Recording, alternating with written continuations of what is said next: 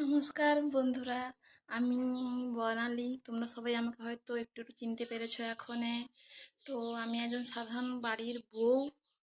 আর তার থেকেও বড় কথা হচ্ছে যে আমি একজন গরিব বাড়ির মেয়ে। আর আজকে সকালে আমার মনে হলো একটুখানি একটা ভ্লগ ভিডিও আমি একটা বানাই। তাই আমি আজকে চেষ্টা করলাম ওটা বানাতে। তোমরা খারাপ হলে কোনো কিছু ভালো মনে করো না, ঠিক আছে? তো আজকে আমার ভিডিওটা এই নিয়ে যে আমি প্রত্যেক দিন কিভাবে আমার বাড়িতে আমি পুজো করি। আমার সত্যি কথা বলতে কোনো আলাদা করে কোনো ঠাকুর ঘর নেই। আর হচ্ছে আমার শোবার ঘরেই আমার ঠাকুরকে আমি রেখেছি, যেহেতু এটা আমার শখ। তাই জন্য বাড়ির থেকে সবাই বারণ করেছিল আমাকে ঠাকুর রাখার জন্য, কিন্তু তবু তাদের কথাটা শুনিনি, ঠিক আছে? তো আজকে সকালবেলায় আমি খুব সকালে ঘুম থেকে উঠেছিলাম। আমার তো বাড়ি গ্রামে।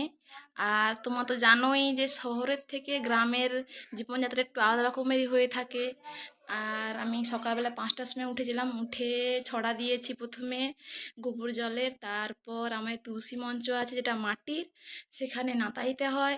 তারপরে বাসি কাজ সেরেছি, সেরে স্নান করেছি। স্নান করার পরে আমি পুজো করতে এসেছি। তো আমি দেখাচ্ছি যে আমি কিভাবে নিত্যদিনের পুজোটা সম্পন্ন করি। আর তোমরাও হয়তো আমার থেকে উন্নতভাবে বা ভালোভাবে পুজোটা করো, কিন্তু তবু আমি আমারটা তোমাদেরকে শেয়ার করলাম, ঠিক আছে? তো তোমরা দেখতেই পাচ্ছ যে হচ্ছে এই হচ্ছে আমার ঠাকুর, মানে আমার দেবতা, আমার ভগবান। আর আমি সব থেকে বেশি আমার এই গোপালকে, আমার হয়তো মূর্তি নেই, পিতলের মূর্তি নেই, কিন্তু আমি এদেরকে আমার প্রাণ বলে মনে করি। তারপরে এই যে আমার এখানে হচ্ছে যে রয়েছে এই ফটোটা, আমার মাসি আমাকে দিয়েছিল, তার বাড়ি থেকে নিয়ে এসে। তোমরা দেখতে পাচ্ছ এটা জাহালদা, পূর্ব মেদিনীপুরের। এটা আমাকে দিয়েছিল আমাকে। আর এখানে রয়েছে একটা গীতা, শ্রীমদ্ ভাগবত গীতা, সেই এই গীতাটা আমার বাবা আমাকে কিনে দিয়েছিল, ঠিক আছে? এবারে আমি দেখাচ্ছি যে আমি কিভাবে পুজো করি। তো প্রথমে আমি আমার গোপালকে তুলসী পাতা দেই। আমি প্রতিদিনই মন্ত্র পড়ে পুজো করি, কিন্তু যেদিন সময় থাকে না আমার, আমি মন্ত্র ছাড়াই পুজো করি, কেবলমাত্র হরে কৃষ্ণ মহামন্ত্রটা বলতে বলতে। কেননা কাজের মধ্যে সব দিন সমানভাবে মন্ত্র বলা হয়ে ওঠে না, তবে আমি খুব সামান্য মন্ত্রভাবে পুজো করি। আর তো আমি প্রথমেই এই তুলসী পাতা সবাইকে অর্পণ করে দেই। আমি দেখো আমার এখানে কুন্ম দেবতা আছে, সেই কুন্ম দেবতাকে আমি তুলসী পাতা দিয়েছি। তারপর আমি গীতাতেও একটা তুলসী পাতা দিয়ে দেব। তো আমি যেহেতু সব দিন মন্ত্র বলতে সময় পাই না, তাই আমি শুধুমাত্র হরে কৃষ্ণটাই বলি। আর ঠাকুরকে, এই সিংহাসনটাকে আমি সুন্দর করে সাজিয়ে দিই। আমি যখন এই সিংহাসনটাকে সাজাই, তখন আমার খুব ভালো লাগে। আসল কথা, তোমরা অনেকেই লক্ষ্য করবে, দেখবে যে ঘরের ঠাকুর ঘরটা যদি সুন্দর থাকে, একটু যদি ভালো থাকে, তাহলে আমাদের মনটা খুব ভালো লাগে, ভালো হয়ে ওঠে। আর ঘরে যদি একটা সেন্ট ধূপ থাকে বা সুগন্ধি কোনো ফুল টুল থাকে, তাহলে দেখবে যে সে ঘরটার একটা আলাদা মহিমা নিয়ে চলে আসে। তো আজকে কোনো আমার তেমন সুগন্ধ ফুল নেই, আজকে গাছে ফুটেনি দেখলাম, তাই আর দিতে পারিনি। কিন্তু আমি এভাবেই যেরকম যতটুকু ফুল তুলে এনেছি ততটুকু দিয়ে আজকে সাজিয়ে দিয়ে আজকের পুজোটা আমি সেরে নেব। আমি অনেকের বাড়িতে দেখেছি যে অনেকে দিনের বেলায় প্রদীপ জ্বালায় না, কিন্তু আমি একটা কথা বলবো, যে তোমরা দিন হোক, রাত হোক, দুপুর হোক, যখনই ঠাকুরের সামনে বসবে বা পুজো করবে বা প্রার্থনা করবে, তোমরা প্রদীপটা একটু জ্বালিয়ে নেবে। কেন, যতক্ষণ না প্রদীপ জ্বালানো হয় ততক্ষণ পর্যন্ত ব্রহ্মা, মানে যিনি আমাদের দেবতাদেরকে কাছে নিকটেই পুজো বা অর্পণ, মানে অর্ঘ্য নিয়ে যায়, তিনি যতক্ষণ না আসেন ততক্ষণ পর্যন্ত সেটা হয় না। তাই সবাই পুজো করার সময় প্রদীপটা জ্বালিয়ে নেবে। প্রদীপ না জ্বালালে কখনোই পূজাটা সম্পন্ন হয় না।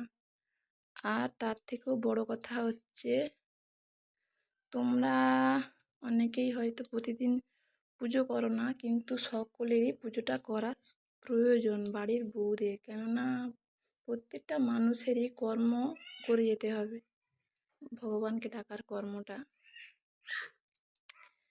যদি সকালে উঠে ভগবানের নাম করে উঠতে পারো, সারাটা দিন ভালো যাবে, যেটা আমি করি। অ্যাটলিস্ট কিছু নাই হোক, অন্তত রাধে রাধে বা হরে কৃষ্ণ এগুলো অন্তত বলে বিছানা থেকে উঠবে, তাহলে দেখবে সারাটা দিন ভালো যাবে। ঠিক আছে? তো আমি এখন পুজোটা দিয়ে করে নিই।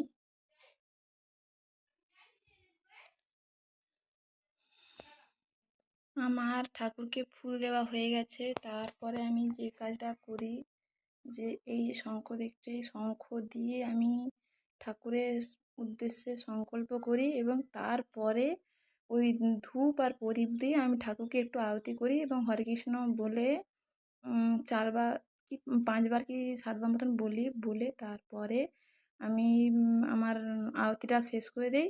আর তারপরে আমি যেটা করি সেটা প্রতিদিনই হচ্ছে, যে চন্দন আছে, গোপী চন্দন, সেটা আমি করে নিই নিজে। আমরা যে যেভাবে পুজো করি না কেন তাতে কোনো কিছুই যায় আসে না। আসলে ভগবান আমাদের মনের ভক্তিটাই প্রধানত দেখেন। তাই মন্ত্র বলি বা এমনি পুজো করি, তাতে কোনো যায় আসে না। ভগবান সবসময় আমাদের মনের ভক্তিটাই দেখেন।